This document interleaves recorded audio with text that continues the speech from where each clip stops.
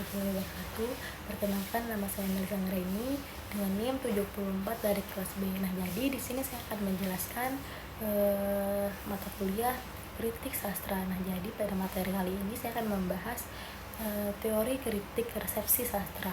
Nah, pembahasan pertama yang akan saya bahas yaitu kritik sastra, pengertian teori kritik resepsi sastra, yang ketiga pengertian metode, yang keempat lingkup dan kajian, yang kelima teknik kajian, dan yang keenam adalah contoh-contoh pada resepsi sastra.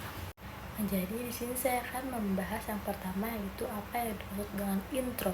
Nah, jadi istilah kritik, kristim atau kritik sastra literati kristim telah lama dikenal dalam dunia kesastraan, yaitu dalam bahasa Yunani istilah kritis berarti hakim dan krinein berarti menghakimi. Dalam bahasa Inggris awalnya istilah kristim atau kritik berarti to kritis, yaitu mengecam dan mengupas, yang secara etimologi menurut Child and Fowler 2006 berarti to analisis, yaitu menganalisis, dan juga to judge, yaitu menghakimi. Nah, jadi selanjutnya saya akan membahas apa itu pengertian dari resepsi sastra. Nah, jadi secara etimologis resepsi sastra berarti tanggapan terhadap karya sastra.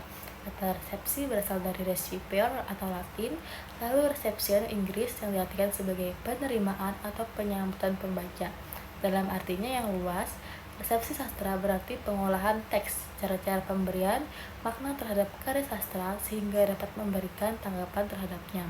Tanggapan yang dimaksud tidak hanya dilakukan antara karya dengan seorang pembaca, tetapi juga pembaca sebagai proses sejarah pembaca dalam periode tertentu. Nah, selanjutnya yaitu metode. Nah, jadi yang pertama metode laporan resepsi dari pembaca dan profesional yaitu catatan dalam buku catatan harian, catatan di pinggir buku, laporan dalam autobiografi, dan seterusnya. Yang kedua, laporan profesional. Yang ketiga, terjemahan dan saduran. Yang keempat, saduran di dalam sebuah medium lain seperti film yang berdasarkan sebuah novel. Yang kelima, resepsi produktif, yaitu unsur-unsur dari sebuah karya sastra diolah dalam sebuah karya baru. Dan yang kelima, yang keenam, pengolahan dalam bentuk buku-buku sejarah, yaitu ensiklopedia dan sebagainya. Baik, selanjutnya yaitu lingkup kajian. Yang pertama eksperimental, yang kedua berdasarkan kritik yang ada, yang ketiga penelitian resepsi dilihat dari fiksi teks yaitu intertekstual, penyaduran, dan penerjemahan. Selanjutnya kita masuk ke teknik kajian. Yang pertama yaitu kepada pembaca baik perorangan maupun kelompok disajikan karya sastra. Mereka lalu diberi pertanyaan baik lisan maupun tertulis, putusan penerimaan. Nah, jadi jawaban pertanyaan secara tertulis dapat ditabulasikan jika menggunakan angket. Jika menggunakan metode wawancara, maka hasilnya dapat dianalisa secara kualitatif. Nah, yang kedua yaitu pembaca juga diminta menginterpretasikan karya sastra. Interpretasi disebut dianalisis secara kualitatif. Dari dua langkah itu, yang penting diperhatikan adalah pelaksanaan penelitian bersifat eksperimental. Penelitian resepsi semacam ini bersifat sinkronis, sedangkan penelitian diaksonis untuk melihat penerimaan sejarah resepsi yang digunakan strategi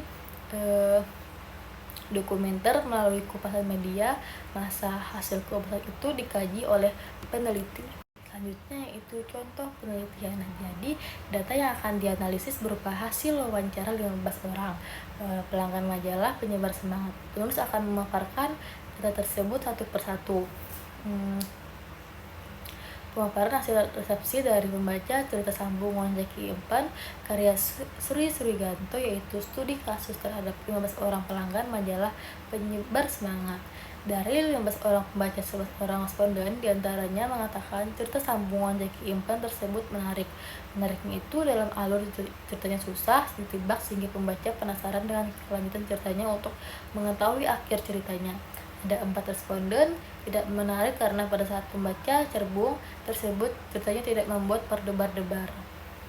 Baik, selanjutnya yaitu saya akan menjelaskan resepsi. Nah, jadi dari 15 orang pembaca, dari 11 orang responden, yaitu 74% sepakat mengatakan cerita sambungan Jaki Empan tersebut menarik.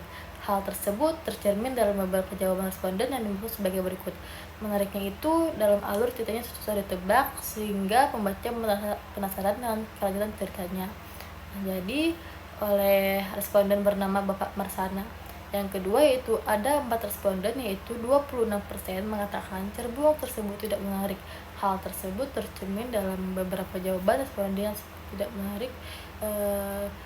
Yang dimaksud seperti berikut: tidak menarik, kurang membuat greget saat membacanya, oleh responden bernama Bapak Munir. Nah, jadi itu saja yang dapat saya sampaikan mengenai teori kritik resepsi sastra. Saya akhiri. Wassalamualaikum warahmatullahi wabarakatuh.